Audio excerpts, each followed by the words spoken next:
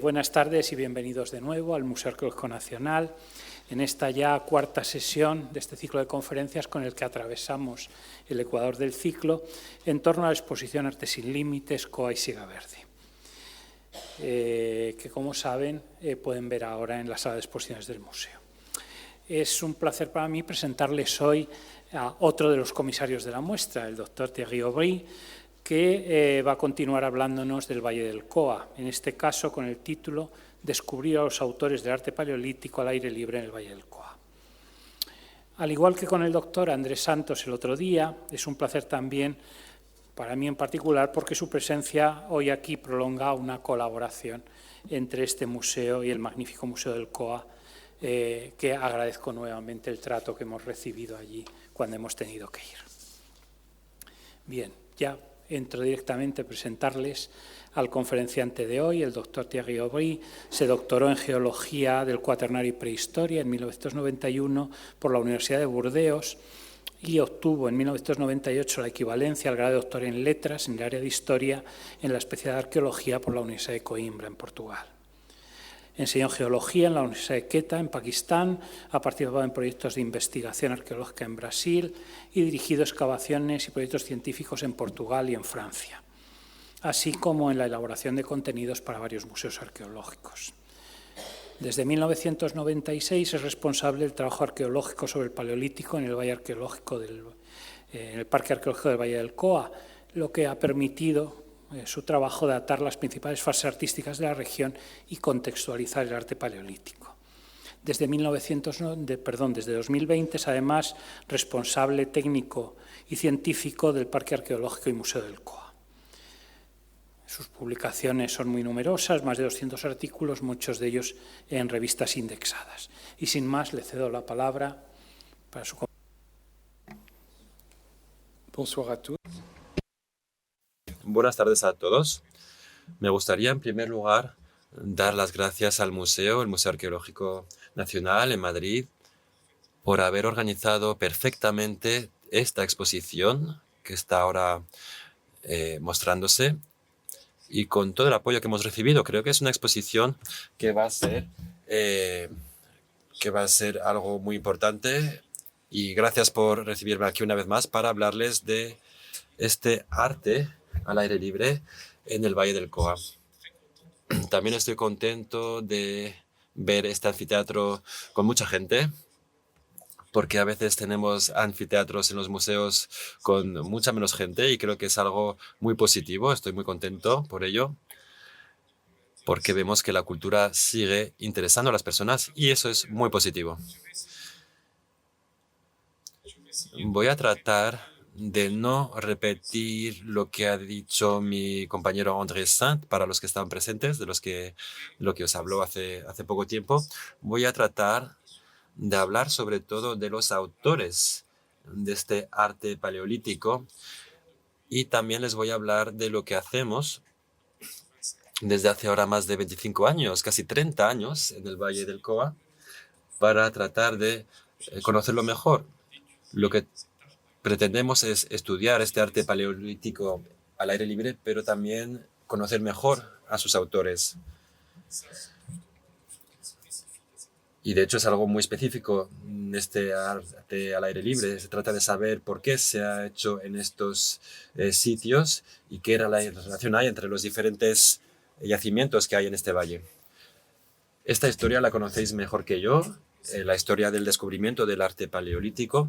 A menudo nos olvidamos de ello y como siendo francés, es verdad que quizás tenga una visión poco objetiva de este descubrimiento porque es verdad que nace con una polémica y hay que esperar el descubrimiento de Van Gogh y el Congreso de la MUT para que este arte paleolítico se acepte del todo. Y para alguien que vive en Portugal y con el hecho de que esta polémica haya tenido lugar en parte en el Congreso de Lisboa en 1890,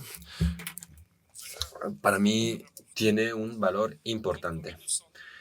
En 1902, Émile d'Artagnac publicó su Mea culpa y empieza a aceptar que los hombres del Paleolítico han dibujado, han dejado mensajes gráficos en las paredes de las cuevas. Y por otra parte, vamos a empezar a asociar directamente el arte paleolítico al arte de las cuevas. Y todos los descubrimientos que van a producirse durante casi un siglo se van a hacer en cuevas o en un entorno abrigado, pero a menudo no se considera que esos sitios están expuestos a la luz natural y se asocia el arte paleolítico al arte de las cuevas, especialmente entre los científicos, pero también en el público. Hasta 1981, en el año en el que varios profesores de la Universidad de Porto van a publicar el descubrimiento de un caballo descubierto en un pequeño pueblo al noreste de Portugal, Osoko. Es un caballo grabado con profundidad, es incluso una abrasión, está muy profundo. Y en esta imagen que vemos se le ha dado vida, se ha tratado de acentuar el contraste del trazado, pero no tiene ningún parangón con lo que se conoce en la región, de lo que conocemos del arte prehistórico o protohistórico. No hemos visto nada del mismo estilo. Y estos profesores de la Universidad de Oporto van a hacer una publicación. Bueno, hay varias figuras de caballos, pero esta es la figura más completa y lo van a publicar como un caballo de la edad magdaleniana. Y eso es importante porque no pasa totalmente desapercibido. Es decir, que hay personas que van a acudir a verlo, van a ir a ver ese caballo para observarlo porque han encontrado en otros lugares, especialmente dentro de la península ibérica, grabados que en algunas ocasiones se parecen a unos caballos, especialmente en la península ibérica, como comentaba, en el sector central, en el límite entre España y Portugal, en unas montañas antiguas, en unas rocas metamórficas y sobre todo en fracturas tectónicas. Ahí se encontraron otros grabados que estilísticamente se pueden atribuir al Paleolítico superior. Hay un único yacimiento en Francia, en el límite oriental de los Pirineos. Se trata del yacimiento de Fornols-O, con incisiones. Esto fue publicado por Dominique Sacchi. Desde un punto de vista técnico es diferente, pero evoca grabados que conocemos en contextos de cuevas y que se atribuyen al Paleolítico superior, es decir, que son del Pleistoceno.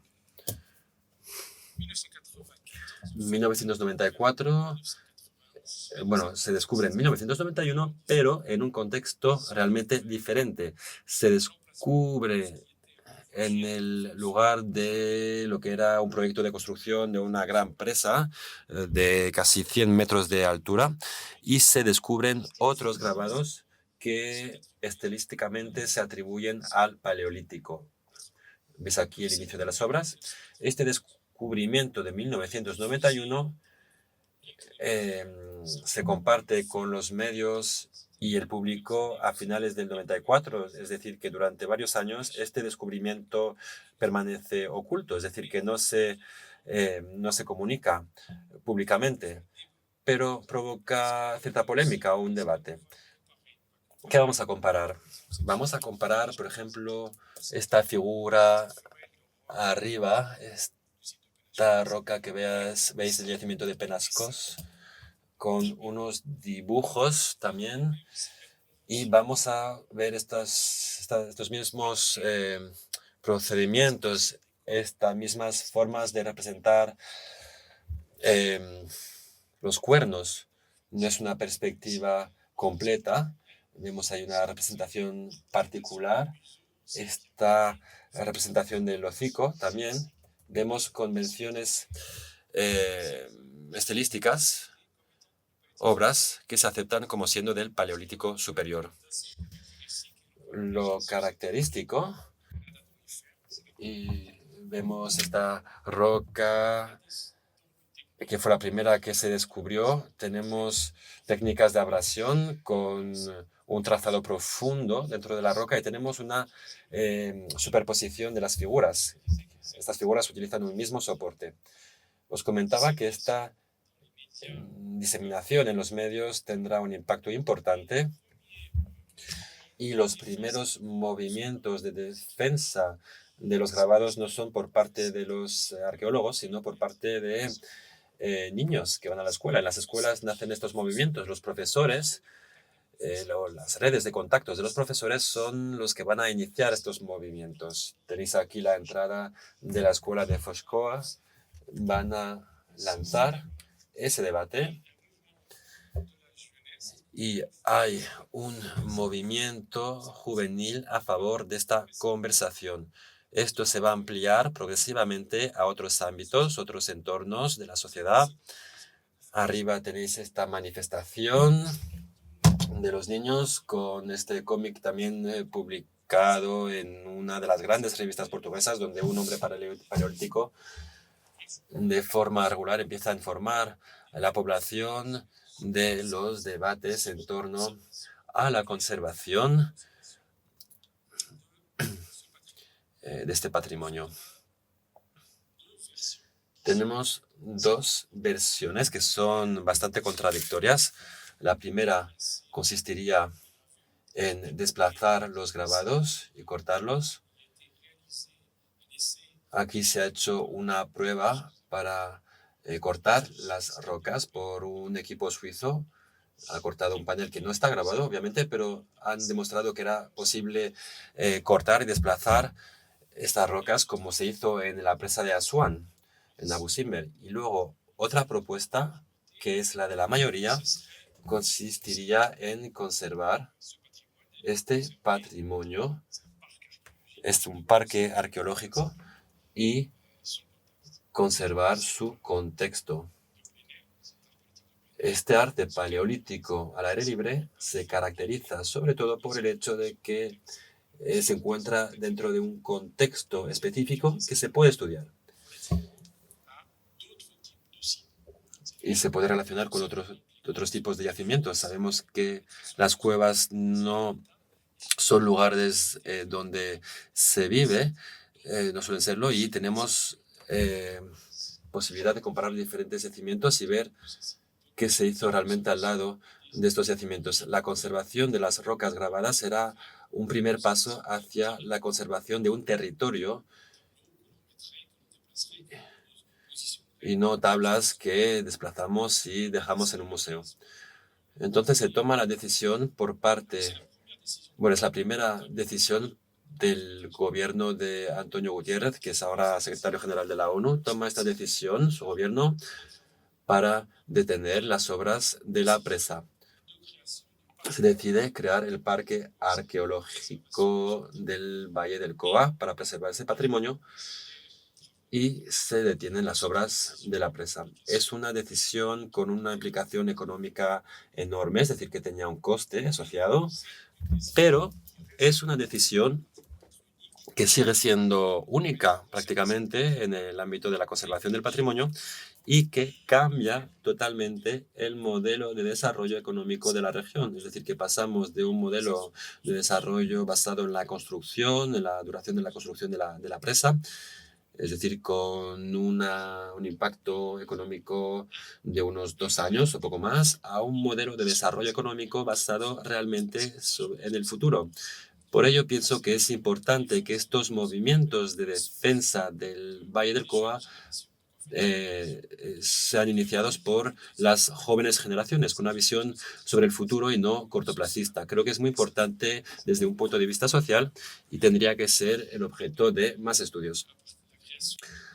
La creación del Parque Arqueológico en 1996 y la decisión, en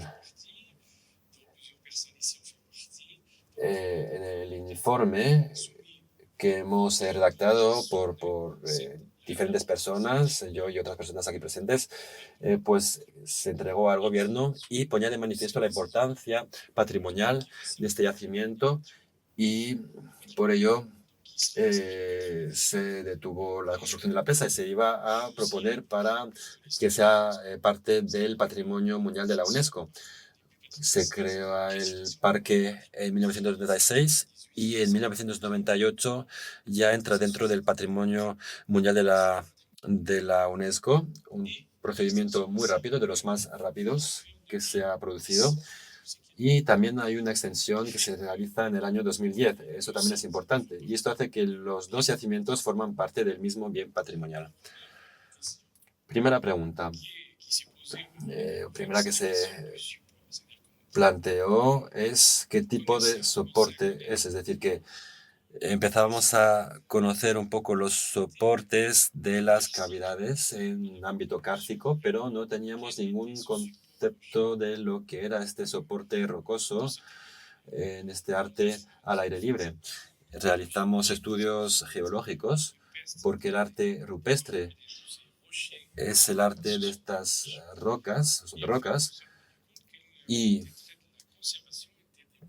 nos hemos dado cuenta de que, porque a menudo las personas se preguntan por cómo se conserva este arte hasta ahora durante tantos años expuesto a la intemperie. Y uno de los factores esenciales es la cuestión geológica. No es la composición de las rocas, sino la fracturación de las rocas.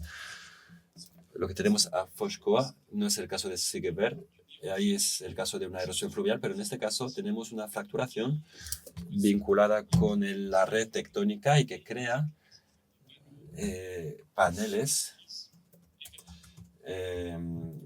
lisos y verticales donde se colocan sedimentos metálicos también que van a proteger estas rocas como si fuera un barniz. Y estos depósitos que se crean dentro de estas fracturas van a ayudar a que no penetre el agua de las precipitaciones y a la conservación de las superficies grabadas.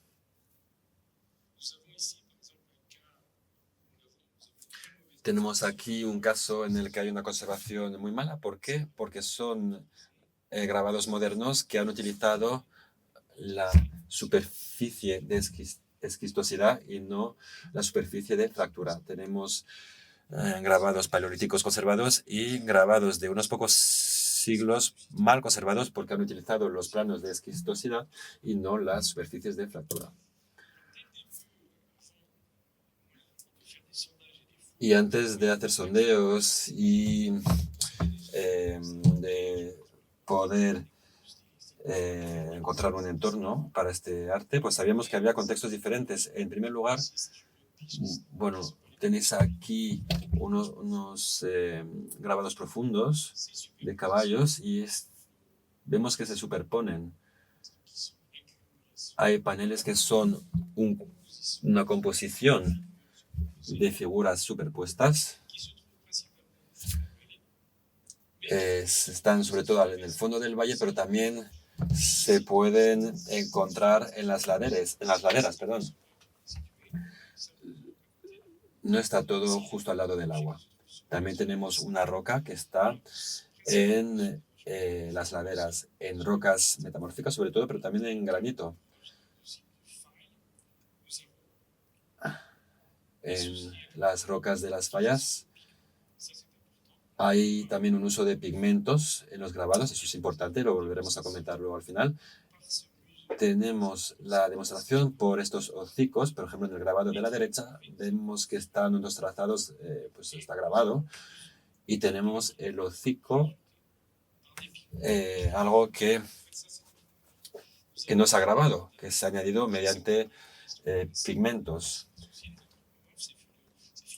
Y tenemos figuras humanas también más recientes, pero el hecho de añadir pigmento en el hocico y en los trazos es del Paleolítico, seguramente. ¿Por qué? Porque tenemos este mismo sistema de yaclasa que ha permitido la conservación, pero también hay unos centímetros de profundidad que lo ha protegido de las precipitaciones y por eso se ha conservado. Os voy a hablar de estas superposiciones densas como la roca número 1 de Quinta de Barco, que es la roca de los espaguetis, porque hay tantas superposiciones que nos cuesta aislar las figuras. Y otro trazo en esta figura, no es de la fase más antigua, pero está la cuestión de la descomposición y de la representación del movimiento. Es algo también muy característico del Valle del Coa, en gran proporción respecto a lo que conocemos dentro del arte paleolítico.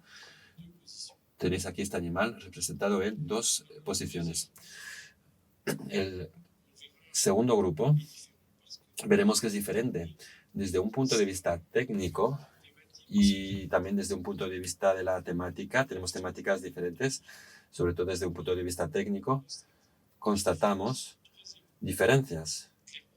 Y tercer grupo, claramente diferente, es decir, sin ninguna información sobre este contexto de datación de los yacimientos arqueológicos. Tenemos también grabados por incisión, con cuerpos de una tendencia geométrica, incisiones muy finas, que constituyen estos tres grupos. Tenemos aquí una composición, tenemos un ciervo y diferentes animales, como una cierva también.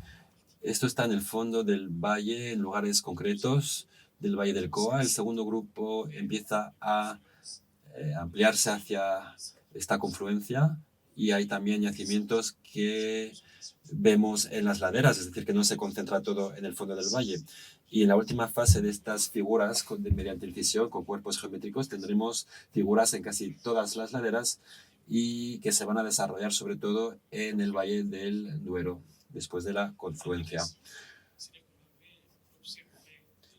Observábamos ya grupos estilísticos diferentes, pero ¿cómo fechar los grabados? Desde los años 90 podíamos fechar pequeñas cantidades de carbono para fechar pinturas en las cuevas, en las cavidades, y cómo podemos fechar un grabado.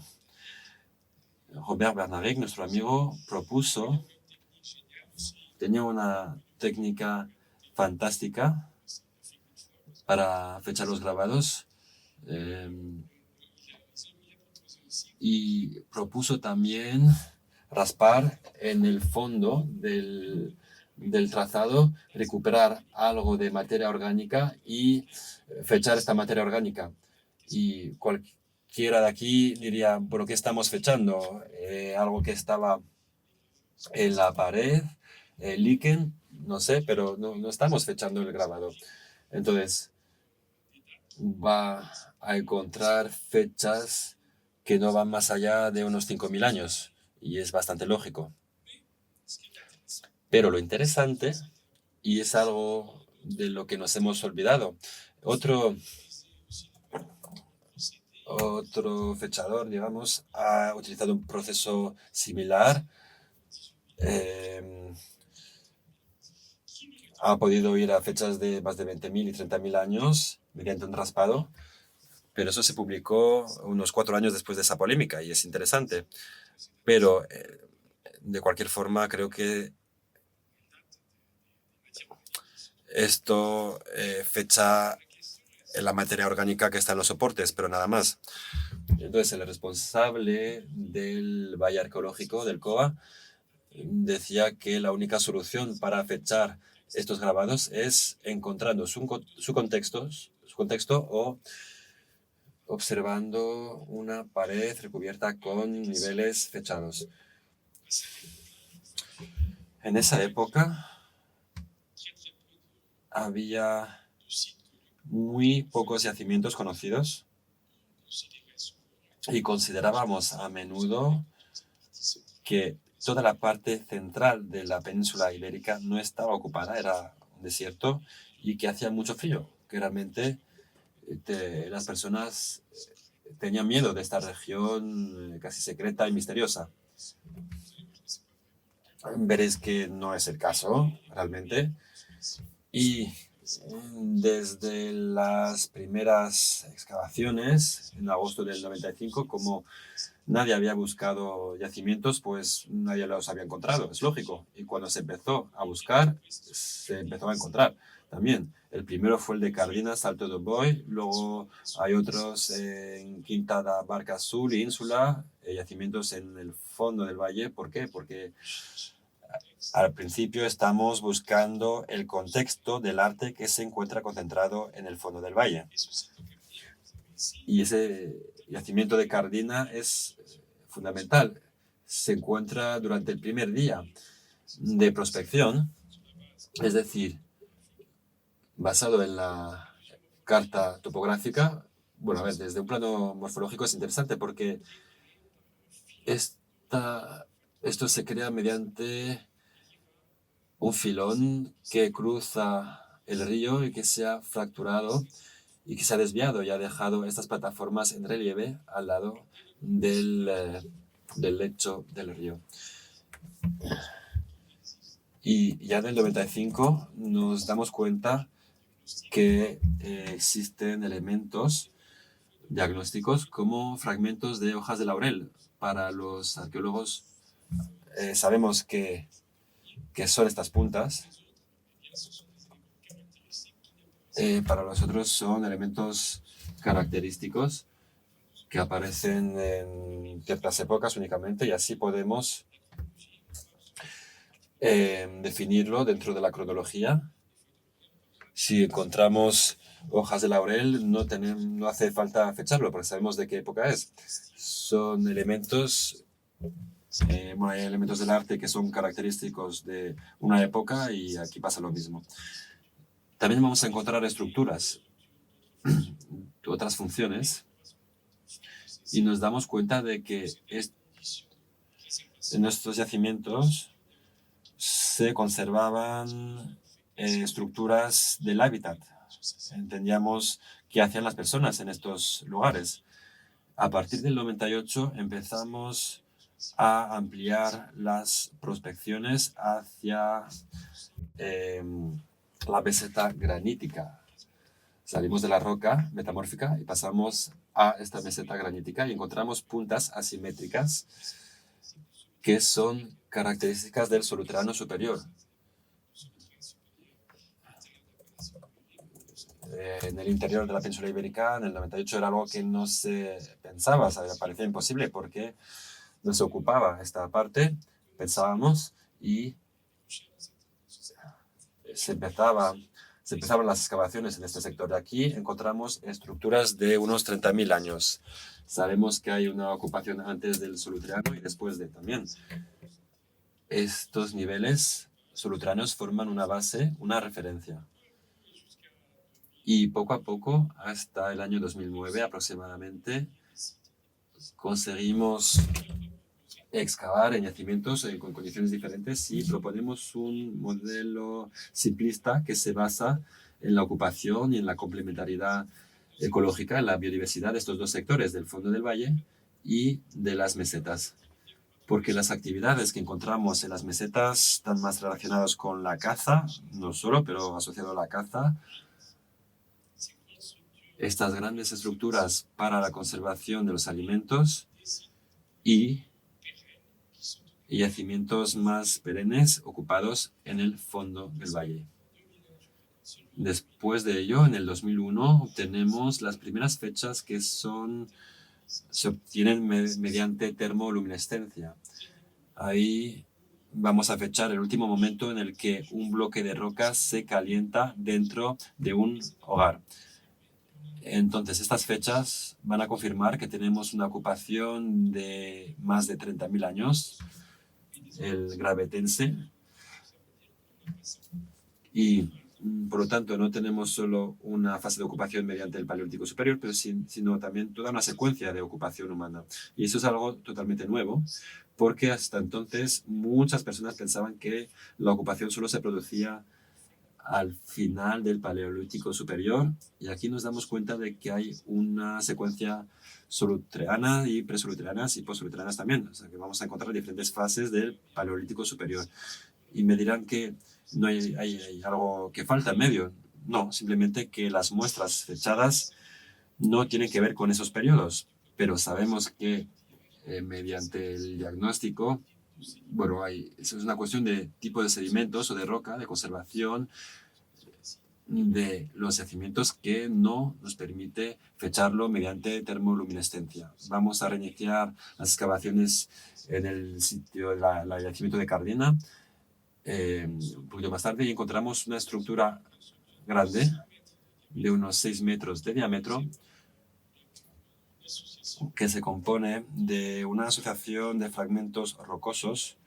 La mayoría se han calentado en otro lugar con una depresión en toda la periferia.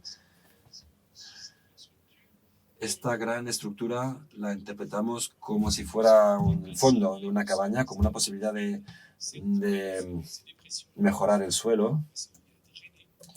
Para sanear el suelo, porque nos habría permitido drenar el agua, calentando el interior de la cabaña, y es una propuesta. Solo no digo que las cabañas fueran así, pero es un nivel que se asocia a fechas de 29.000 años, es decir, de niveles del Gravetense, con herramientas características de estas primeras ocupaciones del Valle del Coa. La otra sorpresa es que vamos a encontrar por debajo de ese metro, porque se había hecho excavaciones a 1 metro de profundidad, pero nos damos cuenta de que hay 5 metros de estratigrafía conservados y que hay más de 3,5 metros con ocupaciones del Paleolítico Medio. Aquí he puesto la fecha de 80.000, pero tenemos fechas también de 150.000 con secuencias de ocupación con esos 3,5 metros de ocupación continua del Paleolítico Medio. También tenemos ocupación con material de tecnológica del Paleolítico Medio, es decir, que se asocia al nombre del Neandertal hasta 39.500, es decir, que sería reciente respecto a lo que conocemos en el norte de la península ibérica, por ejemplo. Ahí tenemos fechas que no van por debajo de los 42.000 años. Entonces, desde un punto de vista geográfico, estaríamos más cercanos al sur de la península ibérica y de forma correlativa con la persistencia del hombre neandertal. También tenemos inicios de hace 34.000 años, con los primeros momentos de ocupación del hombre, es decir, bastante reciente, y nos damos cuenta en ese yacimiento que había todo un registro de ocupación por parte del hombre neandertal que precede a esta secuencia del Paleolítico Medio. La secuencia del Paleolítico Superior no empieza en el Gravetense hace 29.000 años o 30.000 años, sino hace 34.000 años, y que realmente cuando el hombre moderno aparece en la región del Valle del Coa, tenemos una larga historia de ocupación por parte del hombre neandertal, y eso era algo totalmente desconocido en el año 2018, con lo cual es relativamente reciente. Aquí tenemos diferentes ilustraciones. Esto es para mostrar que tenemos una ocupación continua desde hace al menos 80.000 años, pero probablemente desde hace 150.000 años de este sector. Aquí he puesto herramientas características de este periodo. Sería la primera fase de ocupación por parte del hombre moderno, pero seguimos. Esto que aparece en el 2018 es que esta secuencia de ocupación empieza con el hombre de Neandertal, sigue durante casi todo el Paleolítico Superior, pero no es lo que nos va a permitir fechar los grabados. Lo vemos con todas las fases, hay que encontrar otros argumentos, y los argumentos van a ser arqueológicos. No los obtenemos en el 2018, los hemos obtenido antes. Esto quiere decir que si una secuencia es más completa respecto a lo que pensábamos anteriormente, es decir, que si pensamos que estas secuencias empezaban con el Gravetense, pues habrá que invertir más para ver si no hay arte que empieza en las primeras fases del Paleolítico Superior o incluso antes, no lo sabemos. ¿Cómo hemos conseguido establecer esta relación entre este contexto y el arte? El yacimiento fundamental en el valle para el arte rupestre es el de Fariseo. Era uno de los objetivos que buscábamos en 1995 y que apareció en 1999, bastante rápido. Y esto nos ha permitido poner en relación estratigráfica, es decir, física directa, un panel grabado con una secuencia de ocupación. Es decir, depósitos geológicos que se pueden fechar y que contienen vestigios arqueológicos de la ocupación.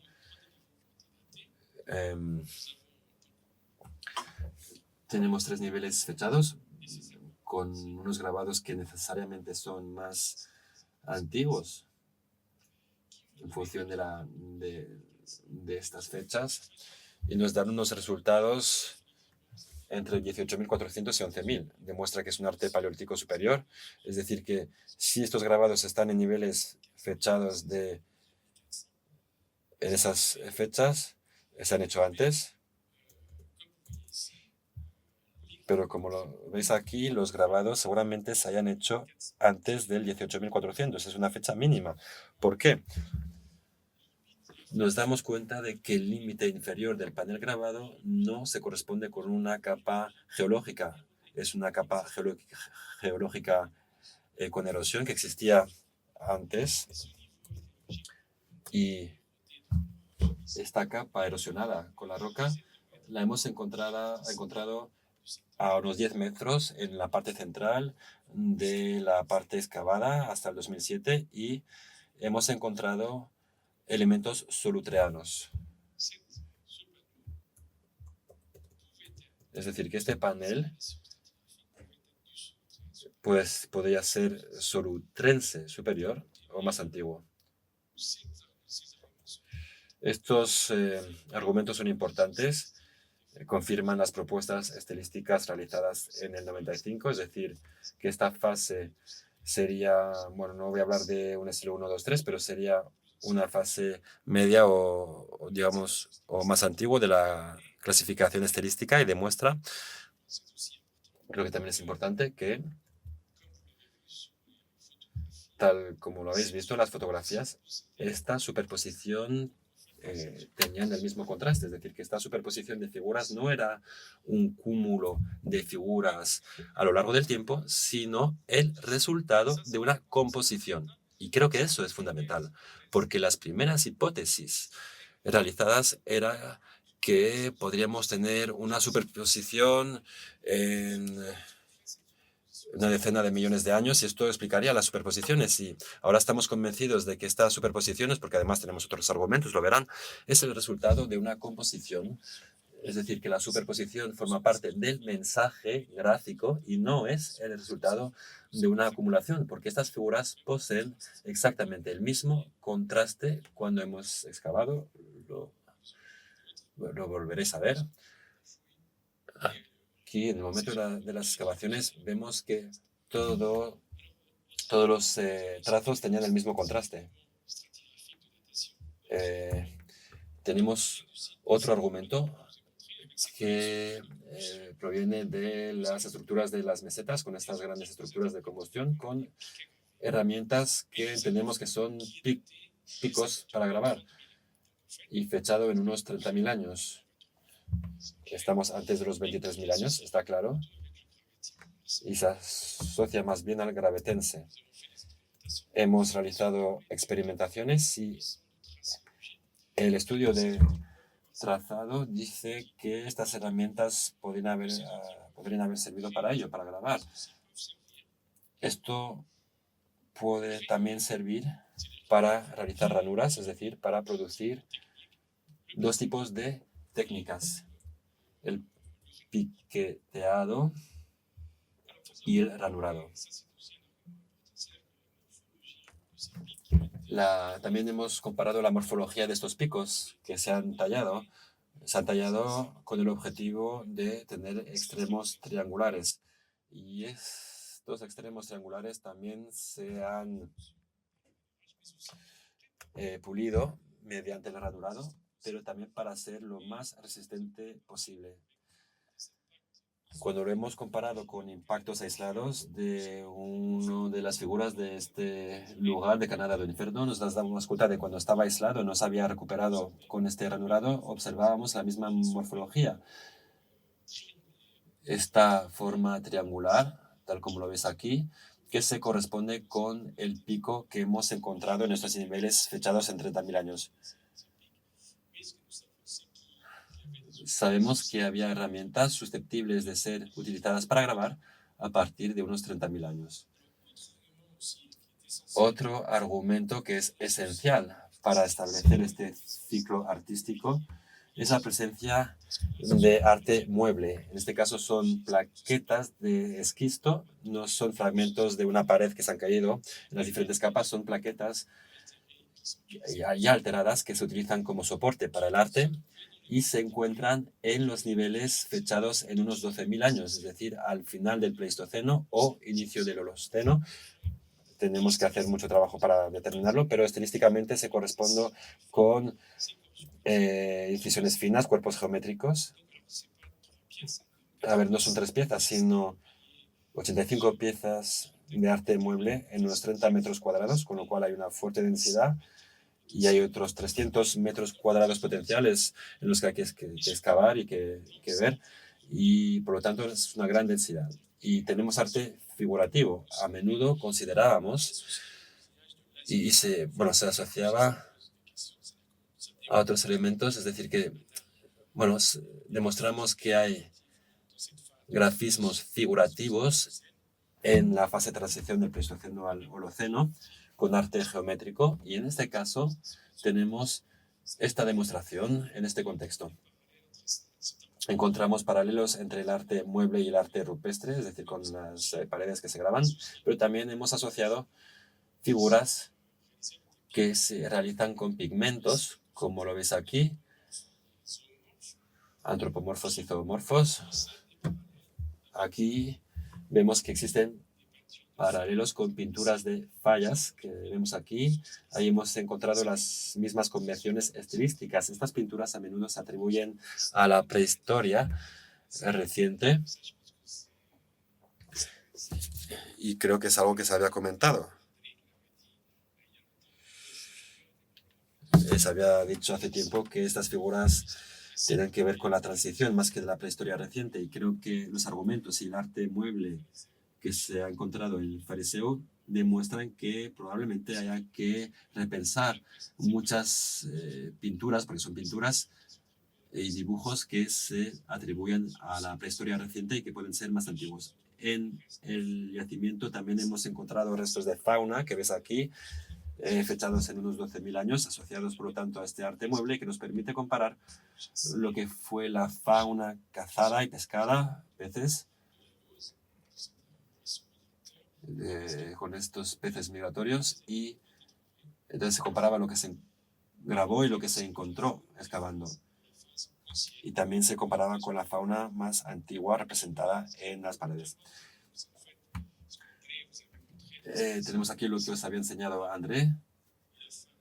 Al conocer el principio y el final, pensamos conocer mejor el inicio y el final del ciclo, pero tenemos todavía muchas preguntas, sobre todo para la parte del magdaleniano, es decir, en el medio.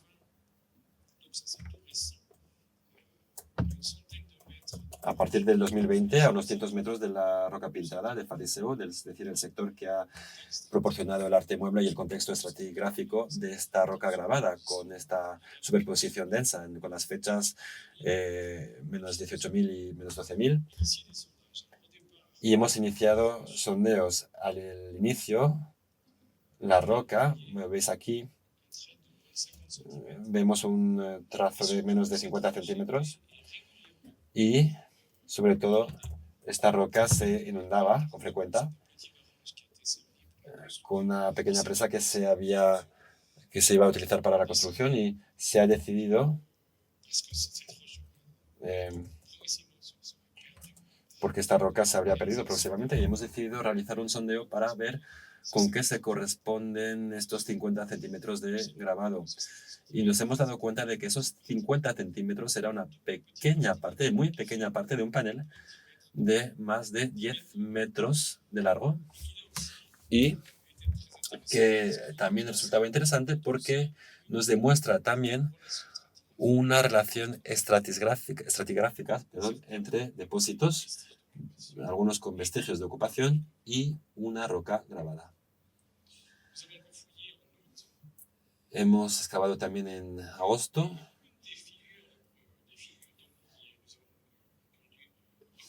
Hemos reconocido el mismo tipo de contraste, es decir, que se observa el mismo contraste, las mismas superposiciones de trazos, y todo ello en relación con niveles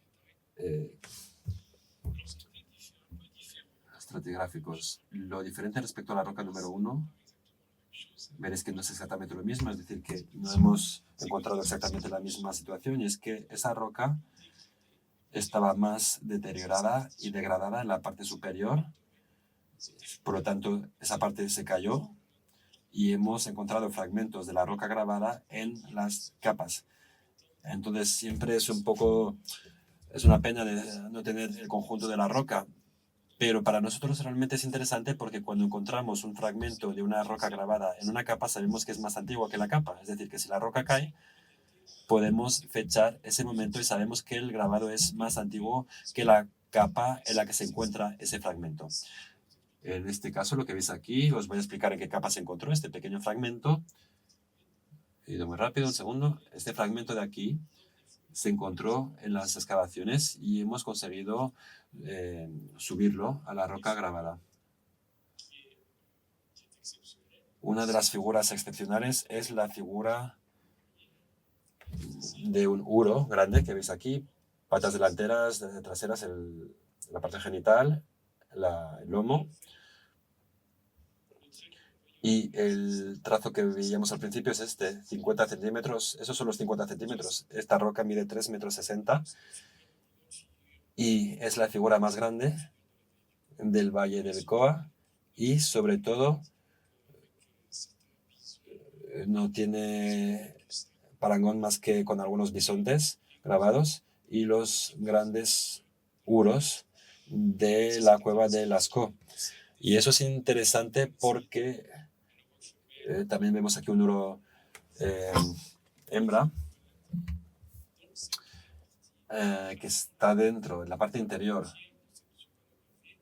Una tercera parte de este panel grabado está ocupado por esta gran figura de un uro. Tenéis aquí lo de Lascaux también. Y aquí tenéis, aquí lo veis. Este verano hemos encontrado la continuación del hocico y también con una hembra de uro y que contiene esta superposición. Aquí tenéis el testigo, es decir, las capas arqueológicas que hemos dejado, preservado, y el panel que no tiene una gran densidad de superposición. La parte izquierda tiene unas figuras, pero se compone esencialmente de hembras de uro y este es el tema principal del panel. Os voy a presentar esto con algo más de detalle. Tenemos aquí el fragmento de roca grabada, cuando hemos tratado de subirlo, pues lo hemos visto en estas capas. Están entre las dos dataciones. Tenemos resultados diferentes porque hemos utilizado el procedimiento de la luminescencia, es decir, la última vez que un sedimento se ha expuesto a la luz solar. Se puede hacer en el cuarzo o en el feldspat, pero los resultados son algo diferentes. ¿Y qué nos demuestra? Que estos fragmentos de roca que encontramos, están aquí, los encontraremos también en esta fase fría, es decir, la fase que está entre 17.000 y 14.000 años, la fase dentro del Magdaleniense, una fase fría, momento en el que estas rocas se deterioran. Y actualmente encontramos casi todos los fragmentos de la roca que hemos conseguido subir o no, y todos están dentro de esa fase. Esto lo que demuestra, una vez más, es que el arte es más antiguo que esta fase fría del Magdaleniense y también demuestra que está relacionado con una capa más antigua. Y en esa capa más antigua hemos encontrado fragmentos de cuarzo que no son diagnósticos, es decir, que no son típicos de una época del Paleolítico superior.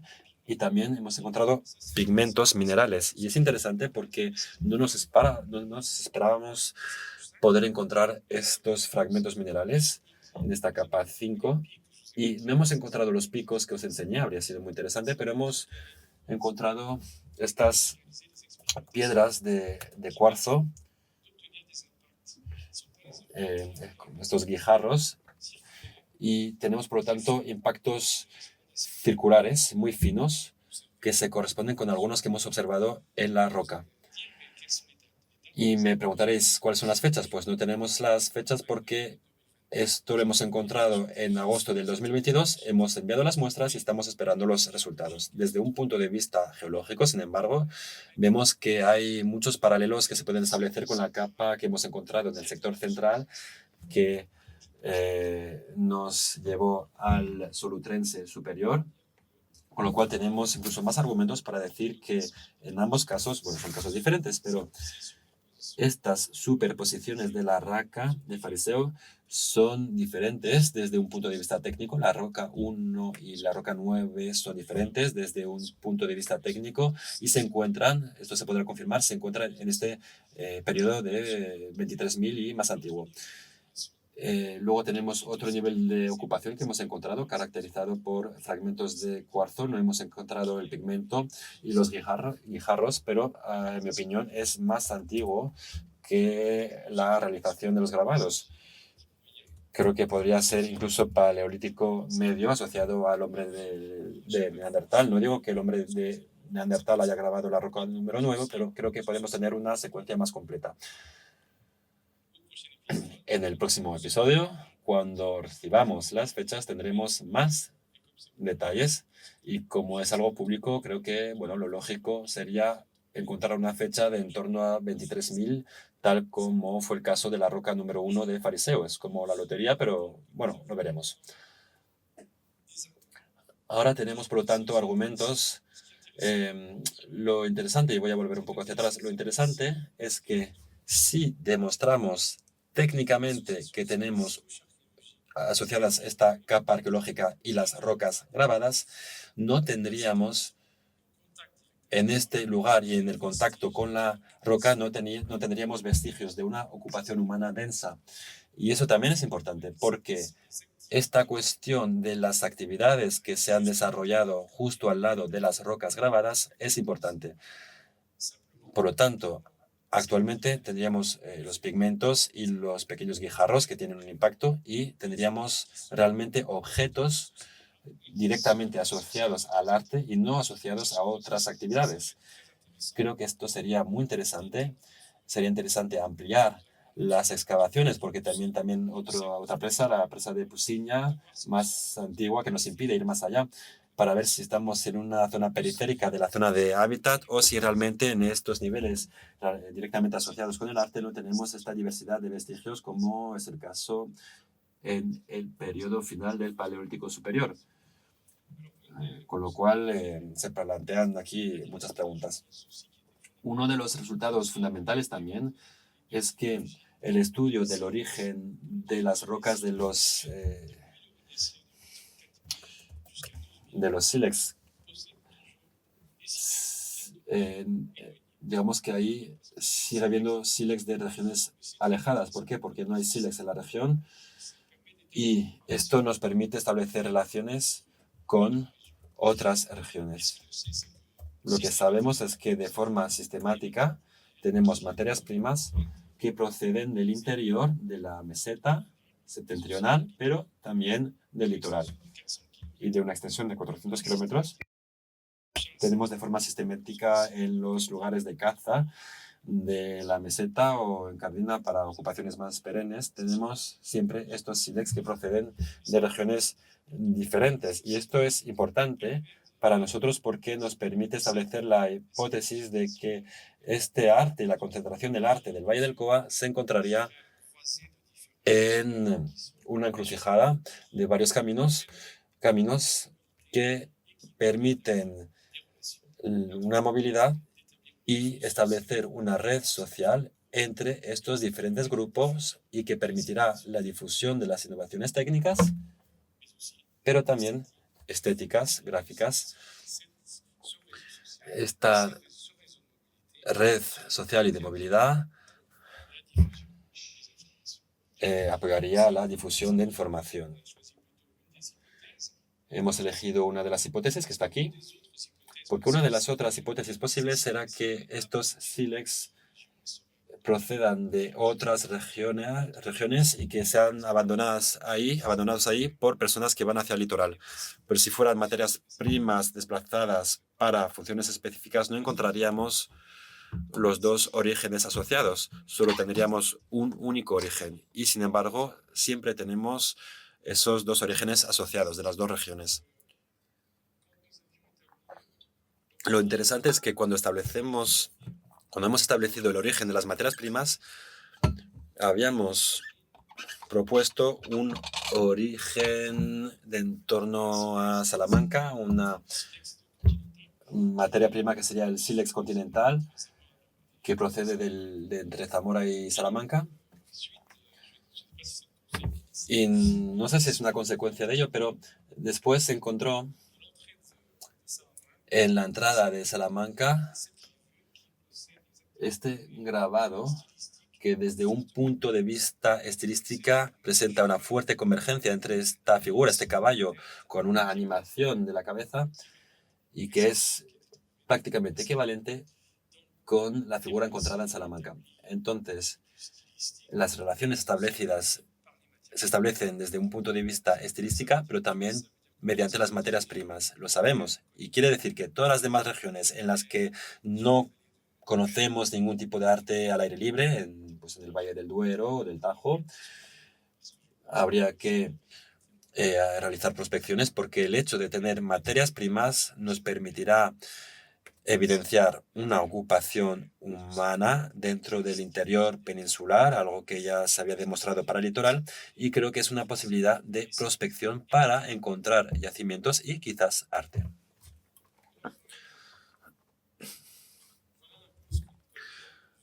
Esto es lo que conocemos hasta ahora. Ahora os voy a invitar a acudir a ver nuestro museo, pero sobre todo ver nuestros yacimientos, porque el museo permite recibir un número importante de personas, eso es cierto, pero lo esencial es la posibilidad que tenemos con el arte al aire libre es no visitar facsímiles, sino rocas originales y hacerlo en su contexto, el contexto actual, pero sobre todo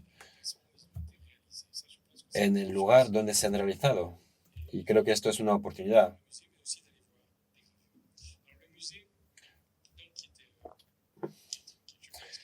El museo creo que es una obra de arquitectura interesante y nos servirá para explicar un poco lo que he explicado. Es decir, a menudo nos preguntamos quién ha realizado este arte. No se trata de saber de qué fecha es. Es cierto que es paleolítico, pero hay muchas personas que acuden al museo y nos preguntan dónde están las cuevas, dónde están las pinturas en las cuevas. Y les decimos, no hay cuevas, hay muy pocas pinturas. Pero a menudo es la primera pregunta que se hace y tratamos de explicarles por qué en esa región, y creo que eso también es esencial, y sobre todo que el interés en este arte al aire libre es que se puede asociar con su contexto arqueológico. Y es algo único, creo. Es algo que realmente aporta datos totalmente complementarios con el arte de las cuevas y los que nos daba el arte de los refugios, pero son datos complementarios y nos permite entender mejor la diversidad del arte paleolítico. Hemos hecho una renovación digital en el 2019. Se trata de saber un poco hasta dónde llegar con la tecnología, pero yo creo que cuando es útil, sí, hay que utilizar la tecnología, la realidad virtual es muy importante, pero simplemente cuando es necesario. No tiene que ser algún tipo de artilugio, tiene que ser un soporte realmente. Aquí lo hemos utilizado para la roca número 1 de Fariseo. Tenemos esta superposición que nos permite facilitar la lectura de los motivos y nos permite explicar la relación con la estratigrafía. También tenemos la reconstitución de las actividades posibles hace 12.000 años asociados con el arte mueble gravetense y sobre todo nos permite no olvidarnos de estas visitas al arte que se tienen que hacer en pequeños grupos, siempre con un guía específico que va a acompañar un grupo de unas 7-8 personas y que va a explicar, principalmente en el caso de las superposiciones, va a aislar las figuras y va a proporcionar la información esencial para la lectura, pero también para el contexto concreto. Eso también creo que es importante. También sobre los modos de vida, y podrá explicar quiénes son realmente los autores y cómo se puede realizar esta datación, con la cuestión también de la superposición, el hecho de que sea una composición y no una acumulación en el tiempo. Ahí está, esta excavación arqueológica es fundamental y nos permite, con la roca número 9 de Fariseo, que hemos descubierto más recientemente, nos demuestra que cada una de estas superposiciones parecen composiciones porque hay una homogeneidad técnica. Aquí también, y creo que es esencial, el descubrimiento el proyecto, del Valle del Coa nace dentro de una polémica social. Digamos que hay un debate entre un modelo de desarrollo económico y otro, y hay también un compromiso con la sociedad. Se trata de no esperar 20 años para presentar los resultados. ¿Y qué hemos hecho?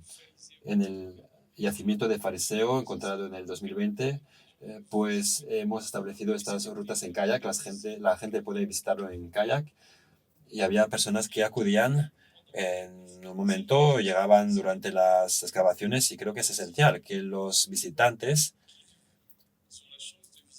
se den cuenta de que tienen la oportunidad de visitar un yacimiento que se está excavando y pueden participar realmente, podemos explicarles lo que estamos haciendo en el momento. Creo que es esencial.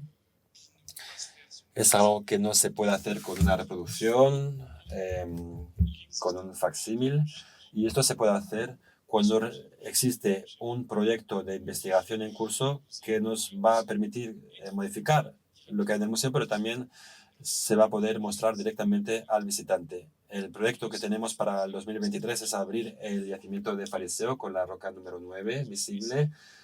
No hay que bajar el nivel de la presa de Poussin y se puede abrir el acceso con un barco electrosolar. Desde un punto de vista medioambiental, esto es mucho más ecológico respecto a los Jeep del año 95-96, y creo que es lo que vamos a hacer.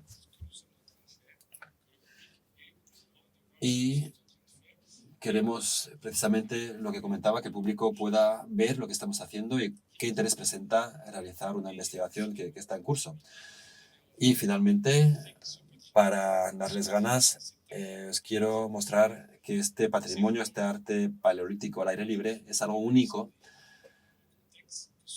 Es único cuando se posee el contexto. El contexto se comprende al realizar investigaciones, y esto lo hemos demostrado estos últimos años. En el proyecto Paleoarte hemos desarrollado un proyecto de prospección y nos hemos dado cuenta de que todo el sector entre Foscoes y Segoverde es rico en yacimientos.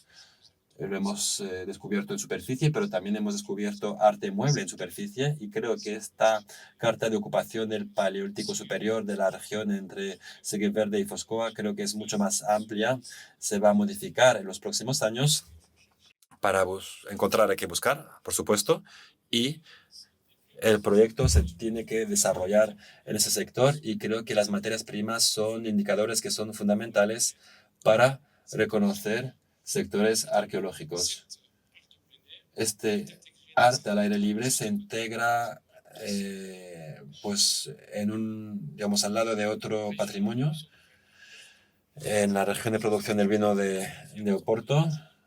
Entonces, esto está en la frontera entre dos patrimonios mundiales, y esta región tiene otros patrimonios que tratamos de desarrollar para que las personas se queden un poquito más. Es uno de los problemas para el desarrollo del turismo en Foscoa. La gente no se queda 3 días, simplemente 2 días. Entonces queremos tratar de desarrollar todo ese potencial cultural y sobre todo integrarlo con el patrimonio natural de estas regiones. Estoy disponible para vuestras preguntas. Gracias por vuestra atención.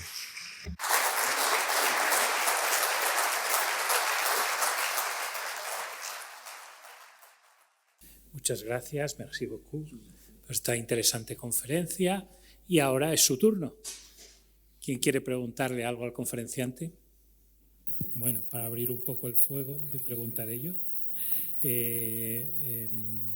Aparte de fariseu, que aúna arte y una estratigrafía, ¿hay una previsión de enseñar alguno de otro de estos sitios con estratigrafías complejas y mostrar también la relación con el paisaje del poblamiento?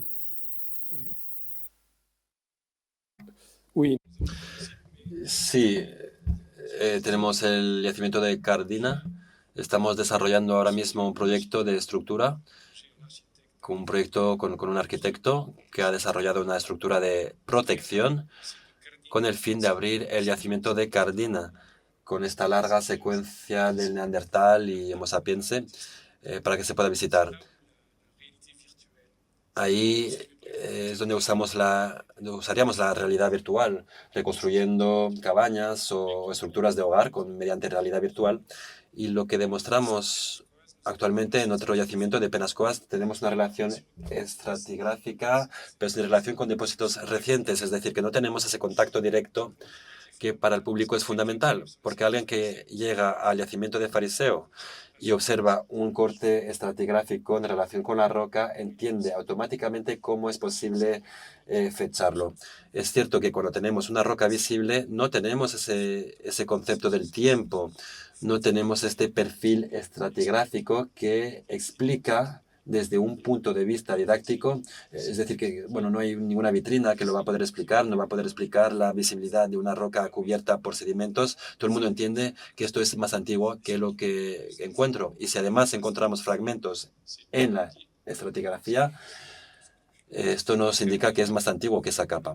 Entonces, Cardina, para la ocupación humana y principalmente en esta cuestión de la transición entre el Paleolítico medio y superior, donde tenemos un registro que es realmente único también, porque hay muy pocos yacimientos donde hay esa secuencia, hay muy pocos yacimientos en los que hay hay sitios donde hay un nivel de ocupación del Paleolítico medio muy reciente y vamos a tratar de desarrollarlo. Lo que tratamos de hacer es no desarrollar en exceso la cantidad de yacimientos visitados. Queremos integrar Fariseo dentro de la red de 3 yacimientos que hay actualmente, es decir, con un cuarto yacimiento, y esto se haría a través del río. Es el filtro dentro de la conservación. Podemos filtrar la cantidad de visitantes porque las personas están obligadas a pasar por la presa. Bien, ¿alguna pregunta más?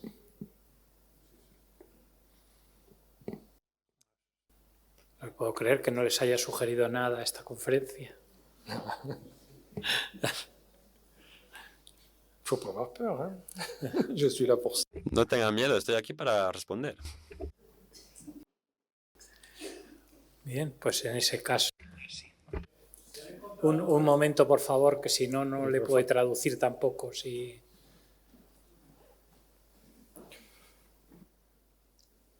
Hola, ¿se han encontrado restos humanos? No. No.